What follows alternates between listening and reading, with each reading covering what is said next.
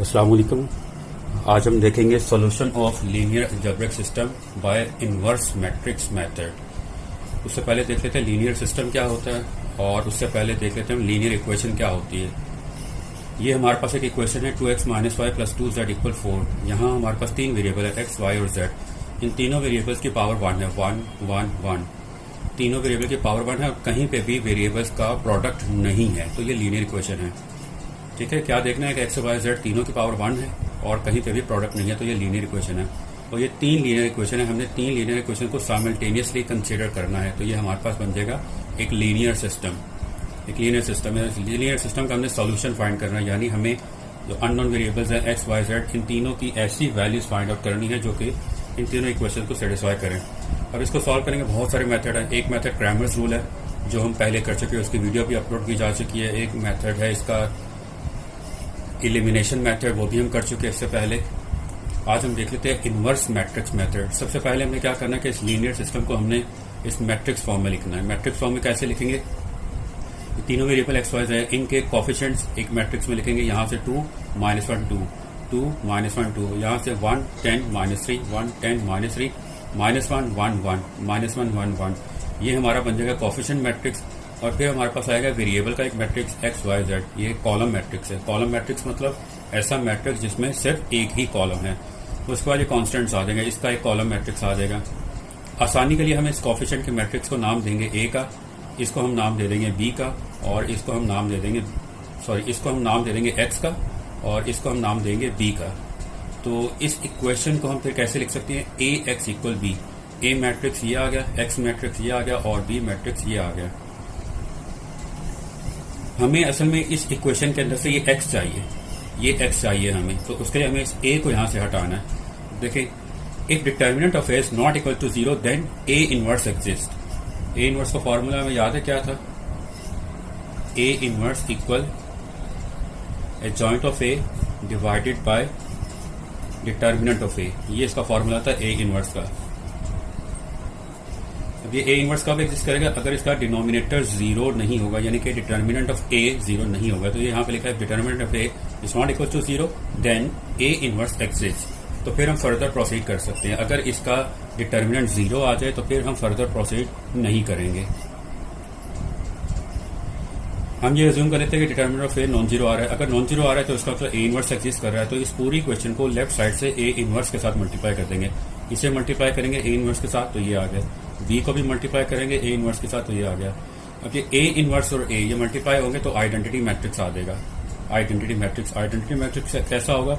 अगर हमारा ये केस है 3 वेरिएबल्स है और 3 इक्वेशन है, तो आइडेंटिटी मैट्रिक्स हमारे पास होगा ऑर्डर 3x3 का एक मैट्रिक्स। ऑर्डर 3x3 का ऐसा मैट्रिक्स होगा जिसमें ये मेन डायगोनल सारा 1 होगा, 1 1 1, और बाकी सारे के सारे एलिमेंट्स 0 आ जाएंगे। और उस आइडेंटिटी मैट्रिक्स को जब x के साथ मल्टीप्लाई करेंगे तो हमारे पास x आ जाएगा, और राइट साइड वही हमारी a इनवर्स b है। तो इस तरह से हम x अपना फाइंड आउट कर लेंगे। x किसके इक्वल है? a inverse b। अब ये a इनवर्स b कैसे आएगा? b ये हमारे पास मौजूद है। a इनवर्स कैसे आएगा वो भी हम देख लेते हैं। हमें फॉर्मूला ही मालूम है, a inverse equal adjoint of a divided by determinant of a। इसके वजह से a इनवर्स भी फाइंड कर लेंगे। जब a इनवर्स भी आ जाएगा तो a इनवर्स को b के साथ मल्टीप्लाई करेंगे, सिंप्लीफाई करेंगे, तो हमारे पास ये x मैट्रिक्स आ जाएगा। ये यानी कि x y z तीनों हमारे पास आ जाएंगे। अब इसको जरा प्रोसीड करते हैं। इस सिस्टम को हमें सॉल्व करना है। सबसे पहले तो हमें इसका डिटर्मिनेंट चेक करना है। अगर तो 0 आ गया तो हम फिर वहीं पर रुक जाएंगे, हम कह देंगे कि इसका यूनिक सोल्यूशन एग्जिस्ट नहीं करता। याद रखिएगा कि आपको स्कूल और कॉलेज लेवल पर यह बताया गया था कि अगर डिटर्मिनेंट 0 आ जाए तो सोल्यूशन नहीं होता, अगर डिटर्मिनेंट नॉन जीरो आ जाए तो सोल्यूशन होगा। अब से ये याद रखिएगा कि अगर डिटर्मिनेंट नॉन जीरो आए तो यूनिक सोल्यूशन होगा, यानी सिर्फ और सिर्फ एक सोल्यूशन होगा, गारंटीड है कि सोल्यूशन होगा। लेकिन अगर डिटर्मिनेंट 0 आ जाए, डिटर्मिनेंट अगर 0 आ जाए तब भी सोल्यूशन एग्जिस्ट कर सकता है। डिटर्मिनेंट अगर 0 आ जाए तब भी सोल्यूशन एग्जिस्ट कर सकता है, लेकिन उन सोल्यूशंस को हमने डिस्कस नहीं करना। हम सिर्फ और सिर्फ अपने यूनिक सोल्यूशन की तरफ जाएंगे जो कि इसी सूरत में एग्जिस्ट करता है अगर determinant of a non zero आए। यहां देखिए, अब हम पहले डिटर्मिनेंट एक्सपैंड करते हैं। डिटर्मिनेंट ऑफ a हमने लिख दिया है, इससे हमने एक्सपैंड करना है। इसे हम किसी भी रॉ या किसी भी कॉलम से एक्सपैंड कर सकते हैं। आपके पास वैल्यू हमेशा डिटर्मिनेंट ऑफ a की सेम आएगी। हमारी कोशिश होती है कि जिस डिटर्मिनेंट या जिस रो या जिस कॉलम में जीरोस आ रहे हैं उससे एक्सपैंड कर लें। उससे सिर्फ हमारी कैलकुलेशन थोड़ी आसान हो जाती है। यहाँ पर हमने रॉ 1 से इसको एक्सपेंड किया है, रॉ 1 से। रॉ 1 में एलिमेंट है 2 -1 2, तो यहाँ पे हर एलिमेंट के लिए एक टर्म आएगी। जैसे 2 के लिए ये टर्म आ रही है, -1 के लिए हमारे पास ये टर्म आ रही है, और 2 के लिए फिर ये टर्म आ रही है। अब ये टर्म्स आएंगे कैसे? हर टर्म के अंदर सबसे पहले तो -1 आएगा, -1 आएगा और उसकी कुछ पावर आएगी। पावर कैसे हमने डिसाइड करनी, ये हम टर्म फाइंड आउट कर रहे हैं इस एलिमेंट 2 के लिए। इस एलिमेंट 2 की पोजीशन देखे क्या है इस मैट्रिक्स के अंदर, first row first column, first row first column. तो यहाँ पे 1 + 1 आ जाएगा, 1 आ जाएगा फर्स्ट रो के लिए और ये 1 आ जाएगा फर्स्ट कॉलम के लिए। मल्टीप्लाई बाय ये टर्म आएगी, जो भी है, जो भी एलिमेंट था ये हमारे पास आ गया। मल्टीप्लाई बाय यहाँ पे क्या आएगा हमारे पास, ये एलिमेंट 2 हमने लिया था जिस रो और जिस कॉलम से, इसको हटा के बाकी जो बचेगा वो लिखेंगे आप। 10 - 3 1 1, 10 - 3 1 1, तो ये हमारे पास पहली टर्म आ जाएगी। उसके बाद यहाँ पे आ जाएगा आपके पास प्लस आ जाएगा यहाँ पे। तो फिर हम क्या करेंगे, अगली टर्म -1 के लिए फाइंड करेंगे। और हर टर्म में हमने कहा था कि सबसे पहले तो -1 आएगा। ये -1 ये वाला नहीं है, ये इसके एक्सपेंशन में -1 आएगा हर टर्म में। शुरू में -1 लिखेंगे और इसकी पावर लिखेंगे। पावर क्या आएगी, अब देखें इस -1 की पोजीशन क्या है, फर्स्ट रो सेकंड कॉलम। तो ये आ गया फर्स्ट रो के लिए 1 और सेकंड कॉलम के लिए 2, ये आ गया हमारे पास। फिर उसके बाद ये एलिमेंट लिखना है -1, ये मल्टीप्लाई होगा, मल्टीप्लाई पे अब डिटर्मिनेंट आएगा। वो कैसे आएगा, ये -1 देखें, ये फर्स्ट रो में है और सेकंड कॉलम में है, फर्स्ट रो सेकंड कॉलम, इसको छोड़ दे, बाकी क्या बचेगा 1 - 3 -1, 1 - 3 -1 1, ये आ जाएगा हमारे पास। फिर उसके बाद हमने क्या करना है, फिर से लिखना है प्लस, और उसके बाद अगली टर्म लिखनी है हमने इस एलिमेंट 2 के लिए। और इस टर्म में भी सबसे पहले तो -1 आएगा और -1 की पावर आएगी। अब पावर क्या होगी, देखिए ये 2, इसकी पोजीशन क्या है, फर्स्ट रो थर्ड कॉलम, तो फर्स्ट रो के लिए 1, थर्ड कॉलम के लिए 3 आ जाएगा। मल्टीप्लाई बाय ये 2 आ जाएगा, मल्टीप्लाई बाय अब डिटर्मिनेंट हमें लिखना है यहाँ पे, ये 2 आ रहा है फर्स्ट रो और थर्ड कॉलम में, इसको हटा दें, बाकी क्या बचेगा 1 10 -1 1, 1 10 -1 1, ये आ जाएगा। अब हम करेंगे आगे इसकी सिंप्लीफिकेशन। -1 इसकी पावर 1 + 1 2 आ जाएगी, ये 2 ऐसे ही लिखा जाएगा। अब इसका डिटर्मिनेंट कैसे एक्सपेंड करेंगे, ये दोनों मल्टीप्लाई होंगे, 10 × 1 10 आ जाएगा, ये माइनस फॉर्मूले का आएगा। उसके बाद 1 और -3 को मल्टीप्लाई करना है हमने, 1 और -3 को, ये आएगा -3। उसके बाद ये प्लस आ गया, -1 की पावर 1 + 2 3 आ जाएगी, ये -1 ऐसे ही लिखा रहने दिया। अब ये डिटर्मिनेंट एक्सपेंड करना है, ये दोनों मल्टीप्लाई होंगे, 1 × 1 1, ये माइनस फॉर्मूले का आ जाएगा, -1 -3 से मल्टीप्लाई होगा तो +3 आ जाएगा। तो हमारी ये टर्म भी सिंप्लीफाई होगी। अब ये टर्म सिंप्लीफाई करते हैं, -1 इसकी पावर 1 + 3 4 आ जाएगी इसकी पावर। उसके बाद ये 2 आ जाएगा, फिर उसके बाद 1 × 1 1 आ जाएगा, ये माइनस फॉर्मूले का आ गया, -1 को 10 से मल्टीप्लाई करेंगे तो -10 आ जाएगा। फर्दर सिंप्लीफिकेशन करते हैं, -1² + 1 हो जाएगा, वो हमें लिखने की अब जरूरत नहीं है, ये 2 हमने लिख दिया। इसको सिंप्लीफाई करेंगे तो ये -1 प्लस आ जाएगा, 10 + 3 13 आ जाएगा, ये हमने लिख दिया यहाँ पे, ये प्लस साइन आ गया। -1 इसकी पावर 3 है, ऑड पावर है, तो ये -1 आ जाएगा, ये -1 ऐसे ही लिखा गया, 1 -3 -2। और फिर ये आखिरी टर्म सिंप्लीफाई करते हैं, -1 की पावर 4 है, तो 4 पावर लेंगे, +1 आ जाएगा, वो अब लिखने की जरूरत नहीं है। ये 2 ऐसे ही आ गया, यहाँ देखिए माइनस से माइनस प्लस हो जाएगा, 1 + 10 11, ये आ गया। आके सिंप्लीफिकेशन कर ले तो हमारे पास आ गया 46, डिटर्मिनेंट 46 आ गया, यानी कि नॉन जीरो आ गया। इसका मतलब है ए इनवर्स एग्जिस्ट करता है, यानी कि हमें फर्दर प्रोसीड करना है। और ए इनवर्स किसके इक्वल आएगा, ये अभी हमने यहाँ पे लिखा था formula, A inverse equal adjoint of A divided by determinant of A. Determinant of A तो हमने फाइंड आउट कर लिया, अब हमें फाइंड आउट करना है adjoint of A. Adjoint of A कैसे फाइंड करेंगे, इसका ऐसे टेक्स्ट बुक में जो तरीका बताया जाता है आमतौर पे, उसमें माइनर्स को फैक्टर्स वगैरह लेके बताया जाता है, वो काफी लेंथी मेथड है, हम डायरेक्टली इसको करेंगे। एक तो ये याद रखिएगा, अगर हमारे पास स्क्वायर मैट्रिक्स ऑर्डर 3/3 का है तो उसका एडजॉइंट भी ऑर्डर 3/3 का होगा, उसका एडजॉइंट भी ऑर्डर 3/3 का होगा, यानी इस तरह का मैट्रिक्स आएगा हमारे पास, ये इस तरह का मैट्रिक्स आएगा एडजॉइंट। अब वो बनेगा कैसे एडजॉइंट, सबसे पहले देखें हमने ये एलिमेंट इवेलुएट करना है, तो आप क्या करें, आप इस एलिमेंट की पहले पोजीशन देख लें, इस सबसे पहले एलिमेंट की पोजीशन क्या है, ये फर्स्ट रो फर्स्ट कॉलम है, ये एलिमेंट फाइंड कर रहे हैं ना, सबसे पहला फर्स्ट रो फर्स्ट कॉलम है, तो इसका मतलब है इसमें से आप फर्स्ट रो फर्स्ट कॉलम छोड़ दें, बाकी जो भी बचेगा उसका डिटर्मिनेंट लिख लें, 10 - 3 1 1, 10 - 3 1 1, ये हमने लिख दिया। फिर हमने क्या किया, यहाँ पे आपको जो माइनस साइन भी कुछ लगे हुए नजर आ रहे होंगे, माइनस साइन का मैं आपको भी बाद में बता देता हूँ क्या कैसे आपने लगाना है।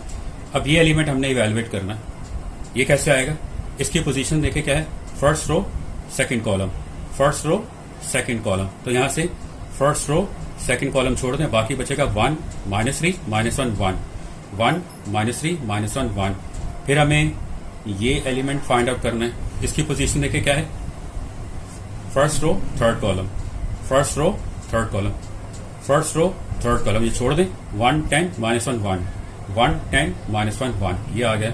इस तरह आपने सारे एलिमेंट्स को इवेल्युएट कर लेना है। एक और देख लेते हैं, अगर हमें ये इवेल्युएट करना हो, ये फाइंड आउट करना हो, तो इसकी पोजीशन देखिए क्या है, third row second column, third row second column. तो यहां से थर्ड रो और सेकंड कॉलम इनको छोड़ देंगे, बाकी बचेगा 2 2 1 -3 2 2 1 -3। तो इस तरह ये सारे के सारे डिटरमिनेंट आपने लिख लेने।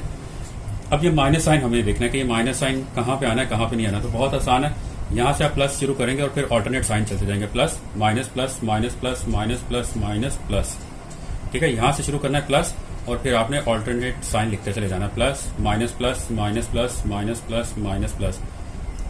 बस इतना याद रखें कि यहां से आपने चलना शुरू करना है और चल के आपने जाना किस डायरेक्शन में, आपकी मर्जी, जिस मर्जी डायरेक्शन में चल पड़े। जैसे अभी इस डायरेक्शन में हम गए थे, अब इधर को आ जाए, plus minus plus minus plus minus plus minus plus, same sign आ रहे हैं, plus minus plus minus plus minus plus minus plus minus plus minus plus minus. ये सारे आप देख लीजिएगा कि वैसे ही साइन आएंगे। ठीक है, कभी भी चेंज नहीं होंगे। शुरू बस आपने यहां से करना है और आपने जाना कैसे, या तो हॉरिजॉन्टली या फिर वर्टिकली। यानी ऐसा नहीं करना कि यहां से शुरू करके आप यहां पे आए और फिर यहां पे आ गए। यहां नहीं आना आपने, या तो हॉरिजॉन्टली जाना है या फिर वर्टिकली, और जिस मर्जी डायरेक्शन में जाए। फिर से देख लें, plus minus plus minus plus minus plus minus plus minus, किसी भी डायरेक्शन में चले जाएं, हॉरिजॉन्टल या वर्टिकल, साइन आपके हर बार एक ही जैसे आएंगे। ये सारा काम करने के बाद आखिर पे हमें ट्रांसपोज लेना है, ट्रांसपोज लेना है हमें। तो 3 काम आपने इसमें करने हैं जॉइंट ए में। पहले तो डिटरमिनेंट्स लिख लेने, उसके बाद नेगेटिव साइंस लगाने और फिर इसके बाद ट्रांसपोज लेना है। तो इस तरह से हमारा जॉइंट ए कैलकुलेट हो जाएगा।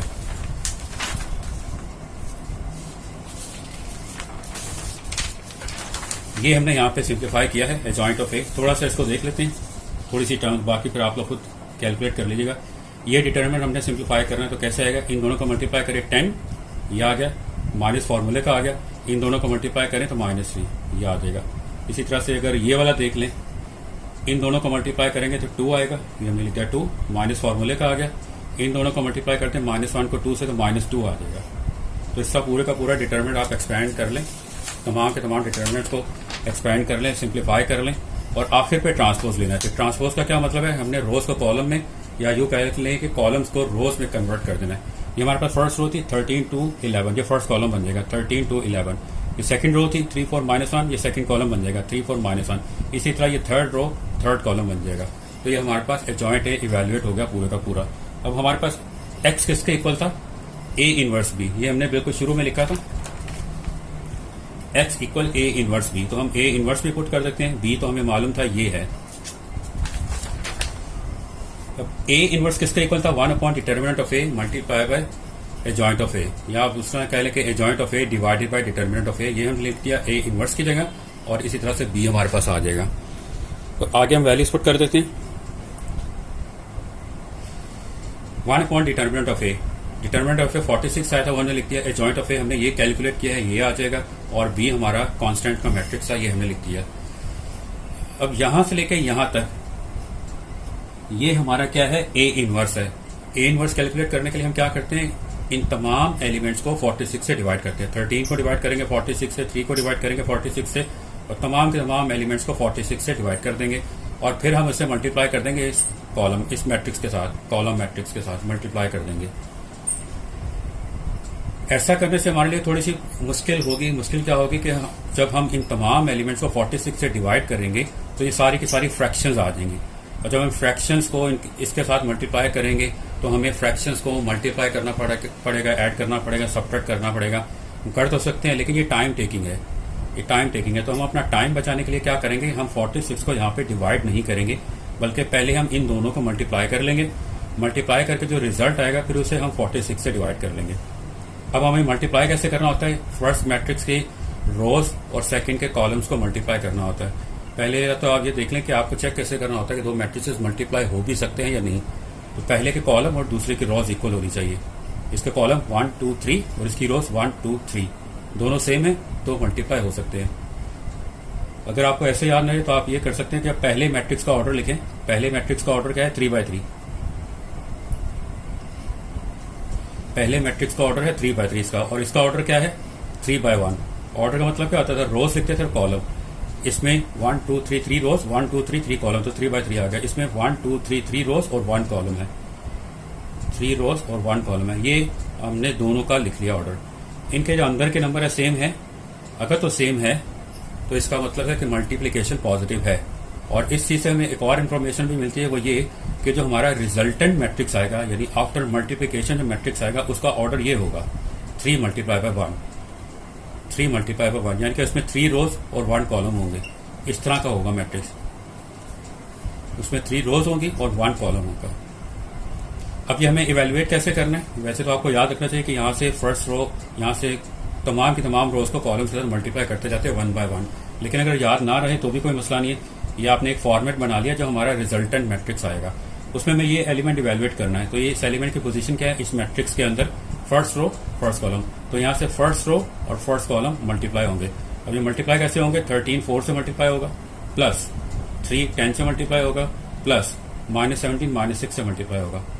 तो हमने ये एलिमेंट इवेल्युएट कर लिया। अब ये करना है इवेल्युएट। इसकी पोजीशन क्या है, second row first column, second row first column. तो यहां से सेकंड रो और फर्स्ट कॉलम मल्टीप्लाई हो गए, 2 × 4 प्लस 4 × 10 प्लस 8 × -6, ये आ जाएगा। अब आखिर पे ये एलिमेंट इवेल्युएट करना है। इसकी पोजीशन क्या है, third row first column, third row first column. तो यहां से थर्ड रो और फर्स्ट कॉलम मल्टीप्लाई कर देंगे। 11 को 4 से कर देंगे, ये आ जाएगा। -1 को 10 से कर देंगे और 21 को -6 से। यहाँ के सारी हमने मल्टीप्लिकेशन वगैरह की है, सिंप्लीफिकेशन की है, और उसके बाद जो भी रिजल्ट आएगा उसको 46 से डिवाइड कर देंगे। तो हमारे पास x आ जाएगा 4 0 -2। और ये x क्या था, कैपिटल X, ये हमारे पास कॉलम मैट्रिक्स था x y z। तो हमारे पास x की वैल्यू आ गई 4, y की वैल्यू आ गई 0 और z की वैल्यू आ गई -2। तो ये तीनों वैल्यूज हमारे पास आ गई। तो हमारे पास सोल्यूशन इवेल्युएट हो गया। इसकी आप फिर वेरिफिकेशन भी कर सकते हैं, और वेरिफिकेशन आपने कैसे करनी है क्रैमर्स रूल में भी आपको बता दिया था। आप इन तीनों इक्वेशन में x y z की वैल्यूज पुट करेंगे और चेक करेंगे कि लेफ्ट हैंड साइड और राइट हैंड साइड इक्वल आ रही है या नहीं आ रही। ये बहुत आसान है, आप लोग खुद कर सकते हैं।